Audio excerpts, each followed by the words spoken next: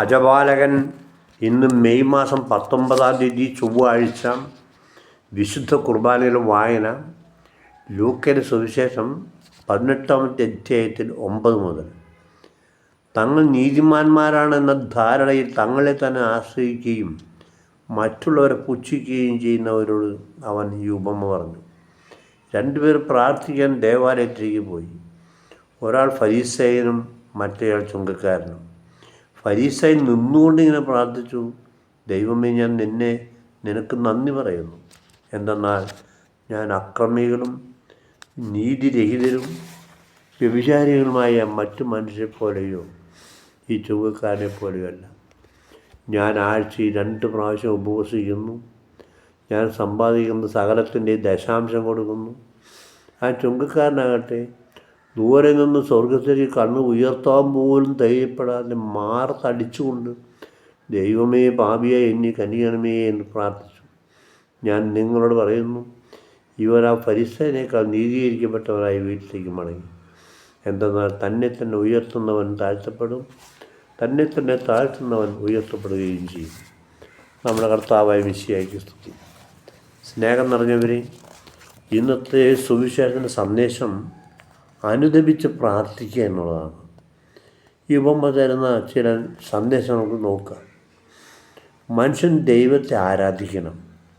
ദൈവാരാധനയാണ് മനുഷ്യൻ്റെ ഏറ്റവും പ്രധാനപ്പെട്ട കടമയെന്നും വത്തിക്കാൻ സുനദോസിലെ ആരാധനാക്രമം എന്ന പ്രമാണയിൽ പഠിപ്പിക്കുന്നുണ്ട്. മനുഷ്യൻ ദൈവത്തെ ആരാധിക്കാതിരിക്കുന്നതും മറക്കുന്നതും ഉപേക്ഷിക്കുന്നതും പാപമാണ്. ദരിദ്രനെന്നോ ധനികനെന്നോ പണ്ഡിതനെന്നോ പാമരനെന്നോ സ്ത്രീയെന്നോ പുരുഷനെന്നോ ഇക്കാര്യം വിവേചനമില്ല. ആരാധനയുടെ തുടർച്ചയായിരിക്കണം മനുഷ്യൻ്റെ ജീവിതം തന്നെ. ഉറക്കമോ വിനോദമോ യാത്രയോ ജോലിയോ എന്തുമാകട്ടെ, അതിൻ്റെ പുറകിലുള്ള ശക്തി പ്രാർത്ഥന വഴി ദൈവത്തിൽ നിന്ന് ഉത്ഭവിച്ചതാണ്. വാക്കാലോ പ്രവർത്തിയാൽ നിങ്ങൾ എന്ത് ചെയ്താലും അത് ദൈവം മാത്രമായിരിക്കണമെന്ന് പൗലോസ് ശ്ലീഹ കൊറിന്ത്യക്കാർക്കുള്ള 1-ാമത്തെ ലേഖനം 10:31 പഠിപ്പിക്കുന്നുണ്ട്.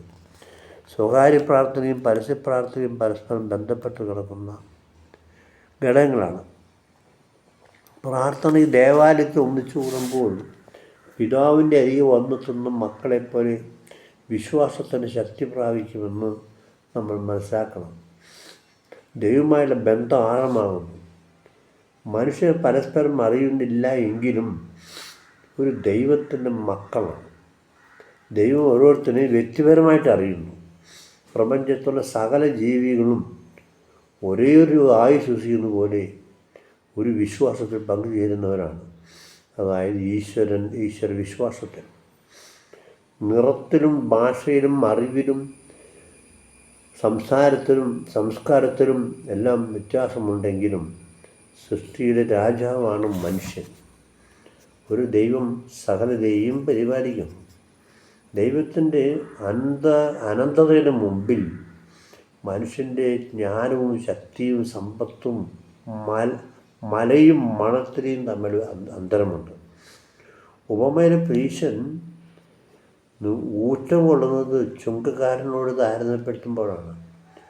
1 രൂപയും 1 ലക്ഷം രൂപയും തമ്മിൽ വ്യത്യാസമാണ് പോലെയാണ് ഈ താരതമ്യം. നമ്മൾ ദൈവമായിട്ട് താരതമ്യപ്പെടുത്തുമ്പോൾ മനുഷ്യൻ പരിമിതനും ദൈവം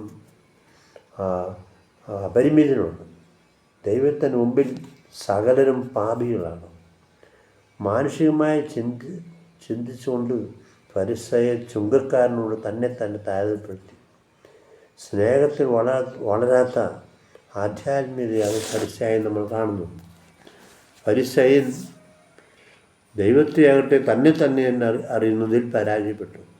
ചുങ്കക്കാരനാകട്ടെ അവകാശപ്പെടാൻ ഒന്നുമില്ലാത്തതിനാൽ സങ്കീർത്തനം പറയുന്ന പോലെ ഞാനൊരു മനുഷ്യനല്ല കൃമിയാണെന്നാണ് അദ്ദേഹം പറയാൻ ധൈര്യപ്പെട്ടുള്ളത്.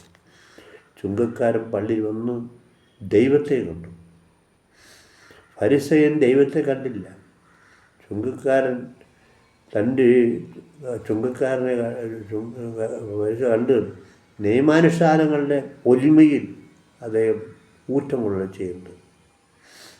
പ്രാർത്ഥനയുടെ അവിഭാജ്യ ഘടകങ്ങളാണ് വിനയവും പശ്ചാത്തലവും എന്ന് നമ്മൾ മറക്കരുത്.